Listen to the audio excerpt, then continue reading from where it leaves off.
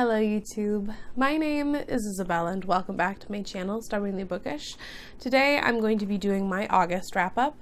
I know it's late, but I just got up my July wrap-up, which was crazy late, and I'm slowly catching up / posting a lot more consistently, which is nice. Completed 10 books in the month of August. I was super successful. I completed the Newts readathon. It was a successful reading month. I had a couple 5 stars. I'm super excited to discuss them. The first book I completed in August, I read most of it in July, which was The Poppy War by R.F. Kuang. This is a reread that I had been doing, and I completed it really early in August so I could post my review, which I now have done. If you want to know all my thoughts on The Poppy War, a book that I love, please check this review out. It took me such a long time to do it, and I'm so happy it's finally up. Since then, I have completed The Dragon Republic, which I will be talking about in my September wrap-up, and hopefully we'll be doing a review for that one as well. The first book I read in its entirety in August was Love from A to Z by S.K. Ali. This is a young adult contemporary romance story between our two main characters. Our main character, Zainab, actually gets suspended from school for confronting an Islamophobic teacher. She goes to visit her aunt in Qatar, and that's where she meets Adam, a boy who's been really struggling in his first year of university. He was just diagnosed with MS, which his mother has died from, and they come together in one of the sweetest romances I've read in a long time. I thought the romance was wonderful. It was so sweet and respectful and mature and just great. I thought the themes in here that were discussed were amazing. Islamophobia, chronic illness, and grief are topics that are explored through our characters, both of our characters really, and I just thought it was done so very well. I loved everything that this book had to say. Our characters were great as well. Zainab was very fierce and passionate, but then also really struggling with who society wants her to be and who she wants herself to be. And I also really liked Adam and what he's going through. He's a little bit more of a quiet presence, but he's very supportive and passionate about his own stuff, and I really loved the two of them. And the epilogue and author's note really like hit me in the feels. Thought this was adorable, amazing, wonderful. I have really enjoyed both of S.K. Ali's books, and I can't wait to see what she puts out next. The next book I read was Saco Girls by Claire Legrand. This is a YA paranormal-ish story set on a remote island where girls throughout its history have just gone missing and has been dismissed by the locals, but actually there's this monster that has been systematically killing and like feeding on women. The 3 young women in here are all very affected by what's happening on this island. I plan on doing a full spoiler-free review for this. I'm actually filming it right after I finish filming this, but I really enjoyed this story. I loved how feminist it was, loved the atmosphere and the writing in here. I loved all 3 of our characters and the perspectives they brought, and I also really enjoyed what this story had to say about society and its treatment of women. Be sure to check out my full review because I'm going to go into depth a little bit more, but I really enjoyed this. I gave this 4 out of 5 stars. I definitely recommend this book. The next book is honestly the reason why I have been putting off filming this review, and it's We Hunt the Flame by Hafsa Faizal. This is a young adult fantasy debut that was inspired by ancient Arabia, and it's sort of a hate to love romance in here, and I just didn't really enjoy my time with it, which sucks. This was my most anticipated release of the year. Other than The Dragon Republic, I was so looking forward to this for honestly a few years now, and I just didn't like it. I did get through this really quickly, and while I was reading it, I was engaged enough, but then I took a step back, and when I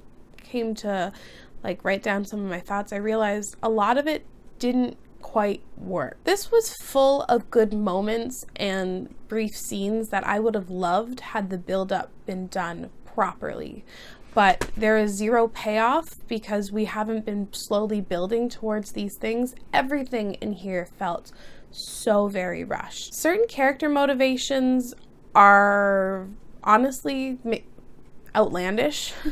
They make no sense. I really did like the setting though. I just think everything was a little bit too rushed, and you could really tell that this was a debut novel.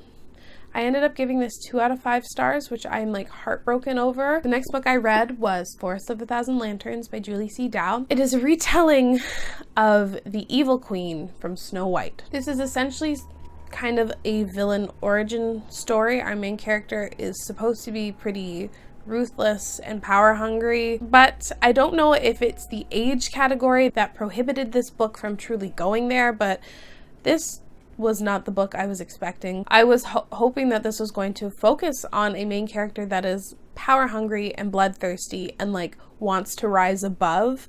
She starts off this story very impoverished and is told she's always been destined for great things, but there are elements in here that like truly prevent our character from properly being that character I wanted.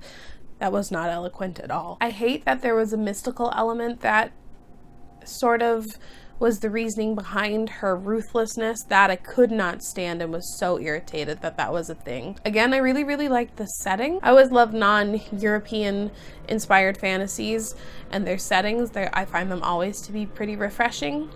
And frankly, I think I would have liked this book a lot more if I had known that this was to be a standalone and this was the only iteration in the series, because I know the sequel is basically going to revert a lot of the things that happened in here, and it makes it seem pointless for a villain story. I wanted a villain story and not a part one that is essentially the origin story for the hero that's coming next. I don't want that. I don't want it. So apparently I'm feeling incredibly harsh today. I forgot to mention I gave it 3 out of 5 stars. It was the most mediocre of mediocre books. The next book I finished I absolutely loved, and that's Cersei by Madeline Miller.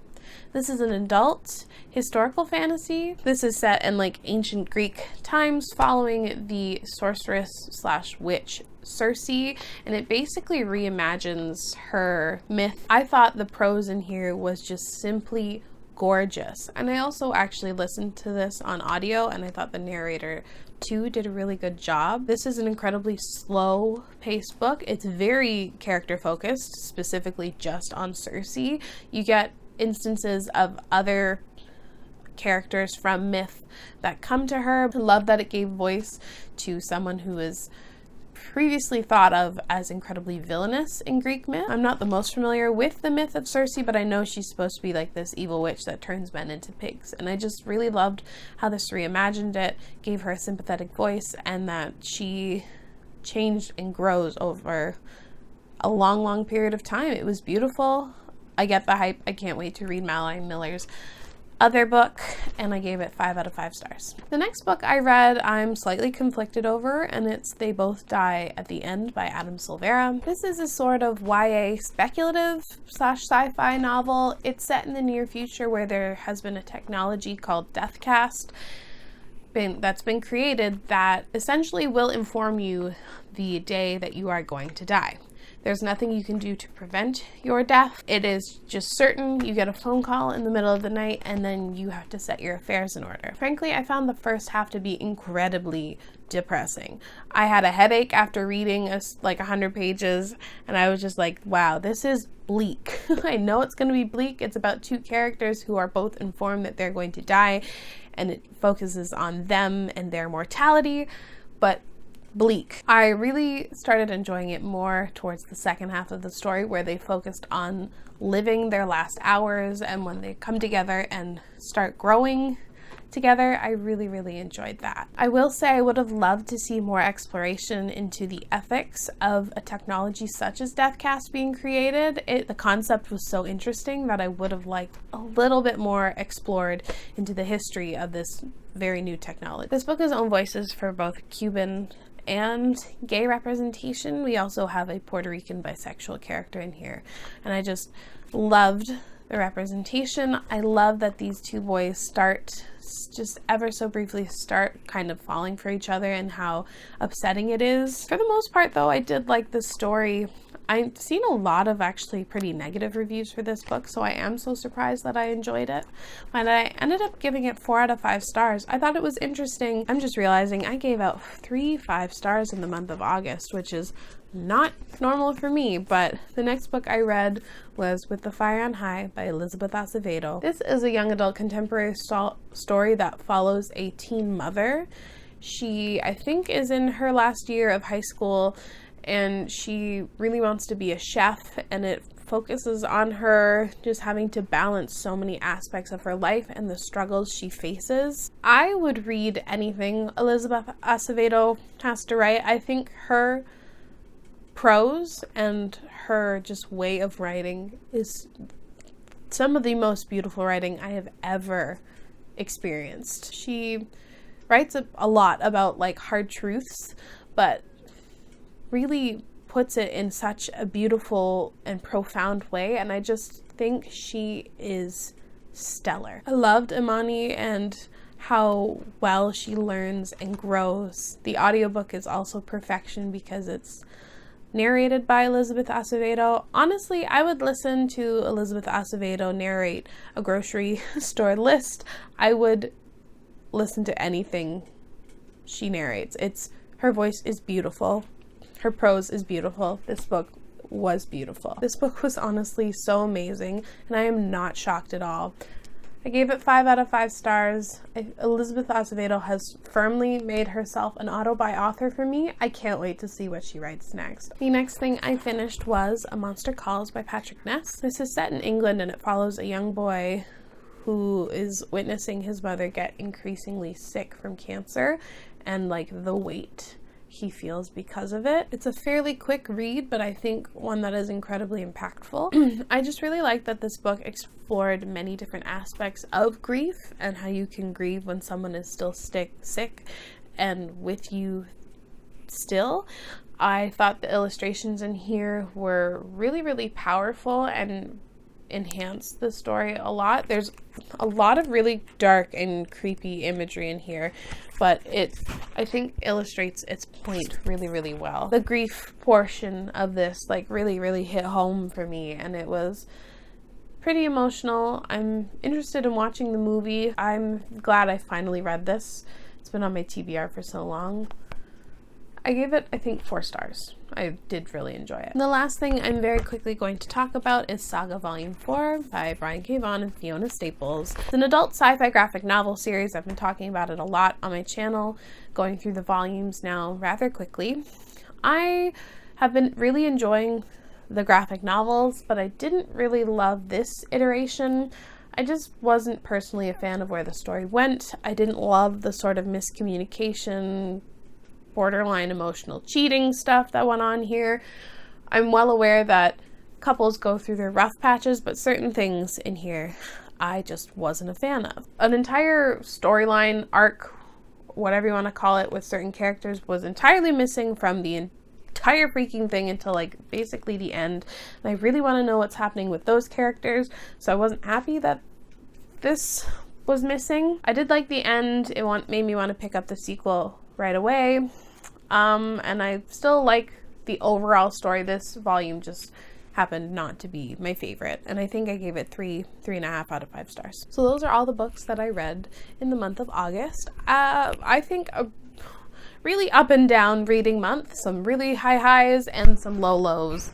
I'm talking about you, Rehomed the Flame. I'm so sad about that story. Comment down below and let me know any of your thoughts on any of the books that I read. I would love to discuss them. And as always, thank you so much for watching. I really appreciate it, and I'll see you again next time. Bye!